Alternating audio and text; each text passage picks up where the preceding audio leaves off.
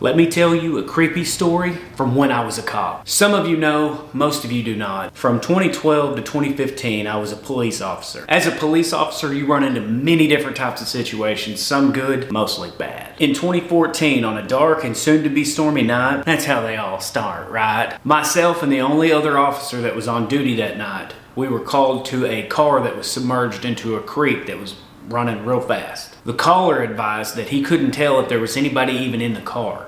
So my partner and I arrive on scene, and immediately we've got to find out if somebody's in the car. He jumps in, grabs the door handle, and as he did, a body fell out. As we were working the scene, I got a call from dispatch of a burglar alarm about 45 minutes away from my location. I advised my partner of the call that I had just gotten, got in my car, getting ready to go. I had an uneasy feeling about this. It was a gut feeling, and I don't know why. This one, for some reason, felt different. I distinctly remember getting in the car, looking in the direction that I had to go because my car was facing north, and I could see lightning flashing in the distance. I arrive at the scene, and at this point, it is raining and thundering super heavy. Looking out the windshield as the windshield wipers flop back and forth trying to push away all the heavy rain, I could see that the front door was open, and I make my way up to the front door. As I do, all I can hear is an alarm blaring louder than the rain hitting the ground. I draw my sidearm and I turn on my tack light and I begin to search the house. In the back of my head, I'm thinking that if something happens, if I get into a fight, I get into a shootout, I've got to chase somebody into the woods or do anything like that, backup is 45 minutes away. I'm completely on my own. I start at the front door and I begin walking through the house. A normal person's instinct, you walk in the door, you flip on the light switch.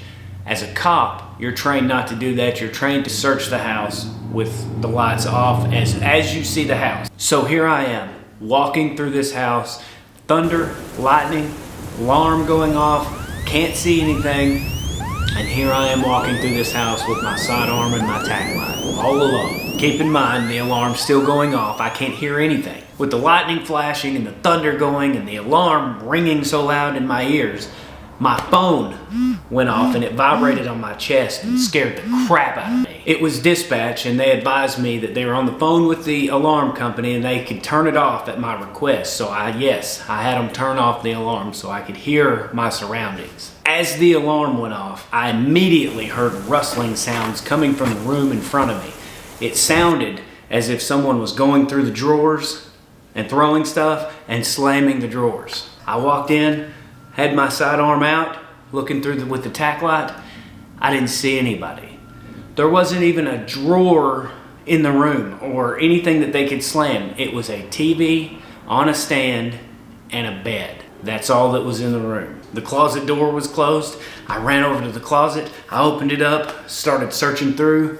There was no one there. While I was searching the closet, I heard the same noises coming from the kitchen, which was directly behind me. As I approached the kitchen, I could see that the door had swung open as if somebody opened it and ran out. I could hear what sounded like someone running through water puddles out the back door. I took off running and I gave chase with my flashlight straight in front of me where I heard the noises coming from. I ran about 50 to 75 yards.